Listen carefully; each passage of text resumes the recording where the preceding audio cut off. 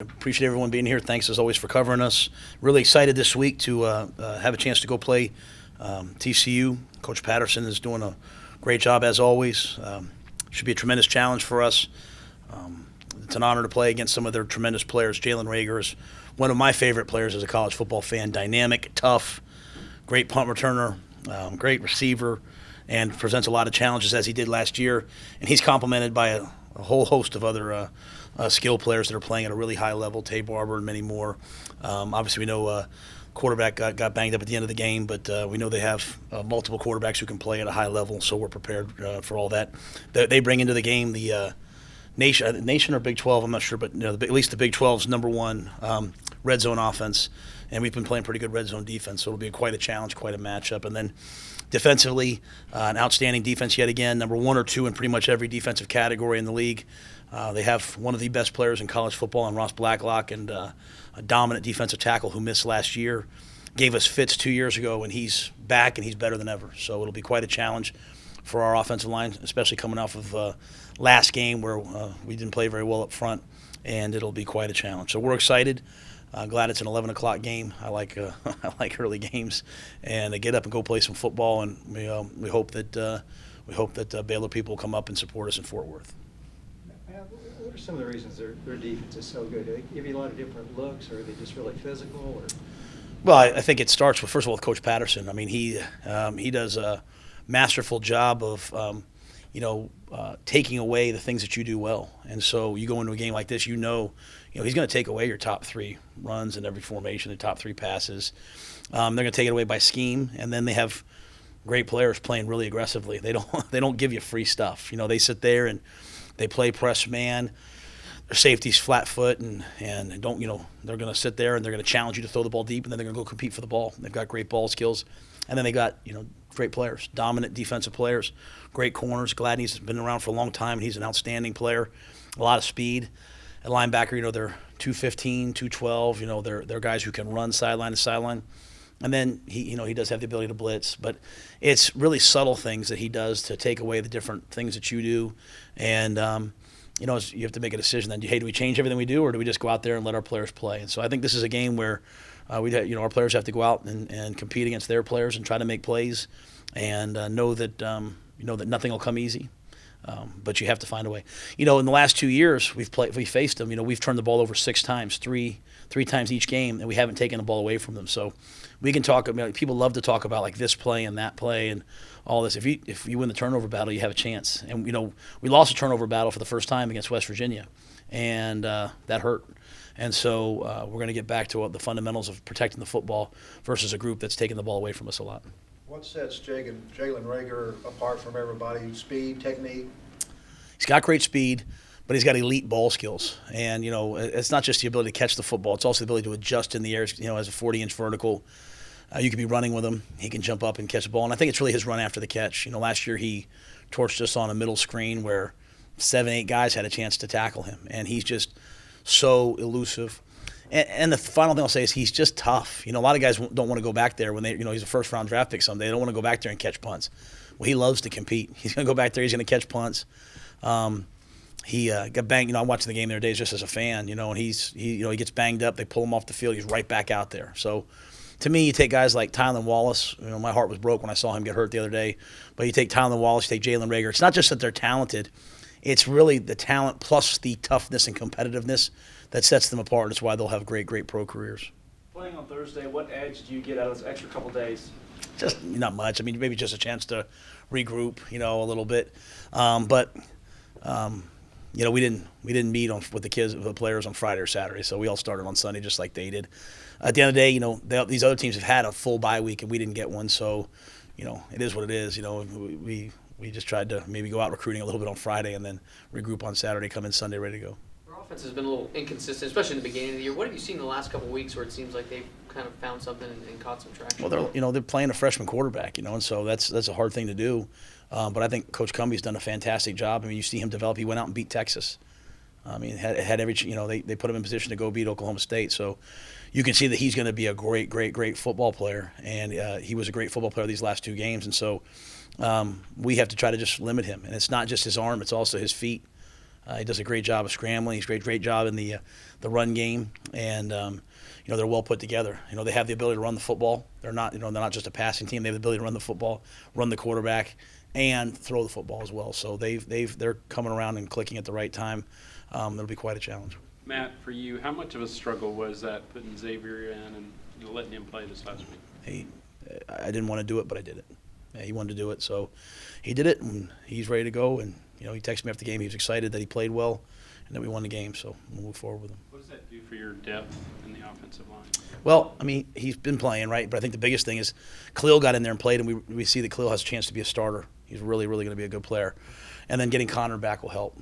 And some of our guys, the guys that tackled it that didn't play real well, they had played pretty well against Oklahoma State. So when you're a young player, you have to have some bad games to come back and have good games, And so my challenge to those guys was, and Betty is an older player, but he's a first-year guy. And Casey, I said, man, just, go suffer. Watch the film again. Go suffer through it, right?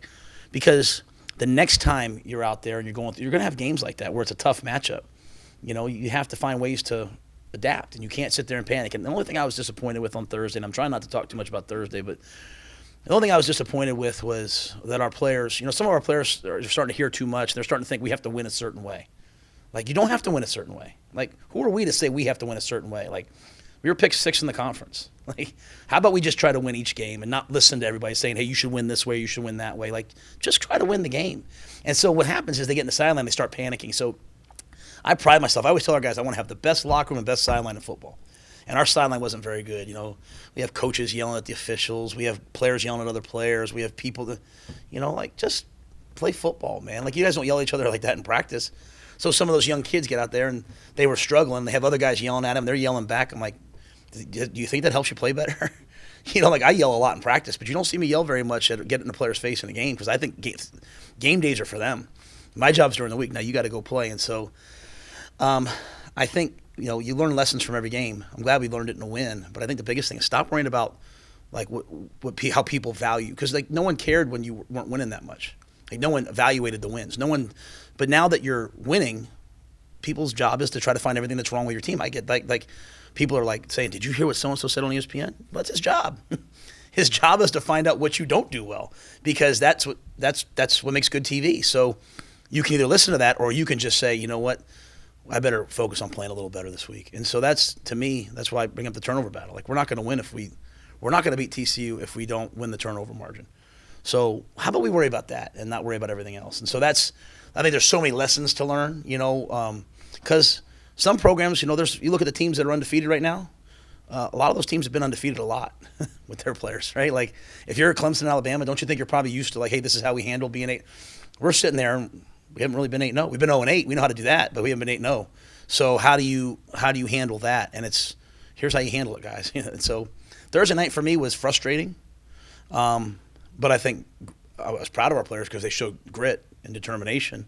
Now that being said, we have to learn from it, and the key is not to write a script before the game about how the game's going to go. That's how people lose.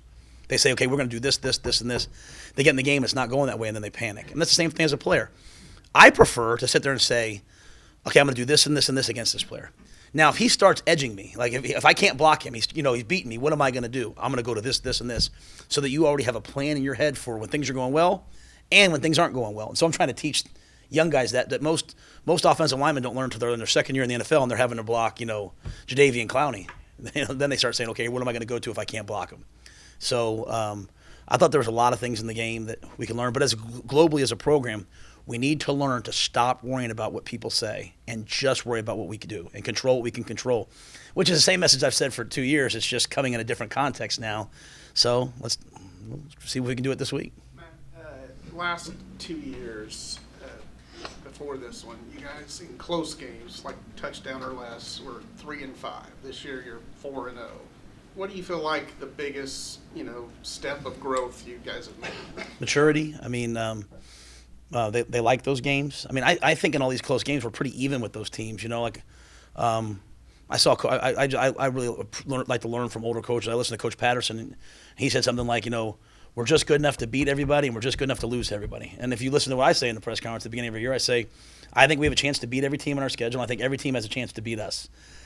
So, I think we're a team that, we're not going to just overwhelm you early. You know what I'm saying? Like, we're just not there yet. I'd like to get there, but I don't think we're just going to come out and just roll the balls out and be up 28-0. We're going to have to grit and fight and wear you down and try to keep it close. And then, in the second half, when the other team gets maybe a little bit tired, we're a pretty conditioned team. We're a pretty tough team.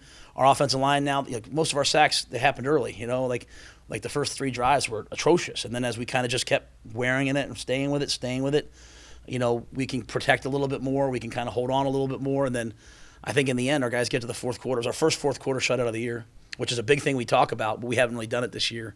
So I think it's just maturity, physical and mental maturity. And I think we have a quarterback that loves to go play in those games. He likes to be out there. And, Taekwon went out there and caught that ball. We wanted to go catch it. And and I think now we have a defense that's also, giving us a chance in the fourth quarter as well. You talked about it just a second ago. In the last couple weeks, you talked about maybe wearing that undefeated record as kind of a weight a little bit. But with the committee rankings coming out this week, that will kind of determine things. Do you handle those any differently with the guys or block them out at all? Pretty sure they're not going to put us in the top 4, so I'm just going to tell our guys, hey, why don't we just worry about this week, this game. Like I said, it's all uncharted territory for our team, and so I just keep going out saying, like, okay, my way is to not pay attention to any of that and just to focus on this week and us. Some other people have another way. Like some of our, you're young, you're excited, everyone's talking about you. Which way's working better? How about we just do it my way? And let's make my way our way. And we have a lot of guys that are doing that. I think we have a lot of older guys that are saying, like, hey, let's just focus on what we can control and try to go play. And thankfully we're playing, TCU, because that's a team that, like, our players know. Just like West Virginia, we haven't beaten them in several years, right? And so they know what it'll take to go up there and win on the road there. And so I think that gets their attention more than anything else. We're probably not going to be 17-point favorites. We're probably not going to hear that it's going to be all about TCU this week, and that's as it should. And so, that's always been my message: control this week. But those things are out there. I can't sit there and say they're not out there. They're fun, right? But to hear about. But the quickest way to get rid of all that stuff is to not focus on what you're doing. And so, we have got to improve. Thankfully, there's a lot of things we can improve upon. Like if you sat in a special teams meeting yesterday, I can promise you would not be thinking about anything outside of here. If you sat in that offensive line meeting yesterday or that offensive meeting, you wouldn't be worried about these things over here. So I think our guys all feel – I don't want them to feel pressure. Like the other thing is I don't want them to go the other way, and they're like, I got to play better. Just relax, man. Go play. Practice, prepare, go play. And now you're playing against a really good team. The last time the program lost was against TCU last year. Was that a turning point? What did you learn from that game? That's a great question. I'm sorry. Usually I'm not speechless, but I think so. The week before Iowa State, I thought we were this past week, way too tense, way too worried about winning, and so we came out against Iowa State. We came out against Iowa State like that. We came out against TCU, and I think it was the same. It was a lot of the same things. I thought we, got into that battle in that game, and they just, it's the same thing. Like we talked about the fourth quarter, like they just made more plays than us down the stretch. They made one more play than us in the fourth quarter, and I thought we came out the next week against Texas Tech, and we were losing at halftime against Texas Tech, and there was no I can't believe we're losing at halftime. It was like we got to win this half to go to a bowl game, so our season's not over. Like it wasn't there's all these things in our head. It was we have to go. Just win this game, and then we'll get another game. And, that's the humble, mindset that I love, like humble confidence. Like I'm confident enough to go play, but I'm humble enough that I'm going to go prepare and I'm going to stay focused on the mission in hand. So I just think that TCU loss last year was, a really hard one. And I think, if anything, TCU was coming off a tough loss to West Virginia. And, our guys learned, what, when you're a program like TCU, and you lose a game and you're fighting to go to a bowl game, you're going to come out and you're going to play your best football. We didn't play great. The things that I learned from that game are we gave up 5 sacks. We had 140 yards rushing, which isn't very good, and we had 3 turnovers. So I don't care what you do. We fumbled the ball on the 8-yard line or 5-yard line going in, right? We got stopped on a 4th and 1. We threw a pick in the red zone. Like we fumbled on the second play of the game. You're not going to win very many games if those things happen. So always trying to take all these stories and storylines and stuff and bring it back to football. And so they played better football that day. We turned the ball over. So my message this week is pretty simple to our guys. Don't turn the football over. Don't have 9 penalties like we did on Thursday night. And let's go play good football and see what happens. Matt, Jamichael, obviously been here a long time. What kind of impact has he had on this program? As much as anyone. He's graduated in 3 years. He's as tough as anyone. He plays on special teams. He picks up every blitz on offense. He runs the ball when we ask him to run it. He's physical, plays through, bumps and bruises. And he's helped change our mindset. A lot of our guys had this belief that if you got lifted too much and got too strong, you wouldn't be fast. And, we don't believe that. So we believe in lifting and trying to get big and strong. And Jamichael just started being a guy that if you're lifting on Monday and Thursday, would go in the weight room on Tuesday and do extra, and go in the weight room on Wednesday and do extra. And I think as people saw his arms grow and his neck grow, some other guys that were like, I don't want to get above 188, they started saying, well, he's doing it. And then they started going. And then you see Henry Black going. Then you start seeing Chris Miller going. You start seeing Christian Morgan going. And next thing you know, you have this culture of doing extra. What does it mean to work hard? It means to do extra. And so I think he doesn't do it by saying anything. He doesn't say a word. Puts his headphones in and goes out and lifts extra, and people watch him. So as I'm getting done with practice and I'm trying to be the first guy out of the building so I can go play Call of Duty, I see him in there lifting, and I say, maybe that's why he's going to get a chance to go be a pro football player. Then you start seeing the young players start circling back and saying, man, I can go lift for 20 minutes. I can go do my neck. I can get in here, for a 7:30 practice. I can get in here at 6 a.m. and stretch and do mobility and all these things that he's doing like a pro football player. And so I think the young guys see it and see how it works. Coach, do you think guys like Connor Gallivan could be back this week? Jamison Houston, I know he got banged up too. Jamison's questionable. Bravion's questionable. Gabe Hall's probably not going to play.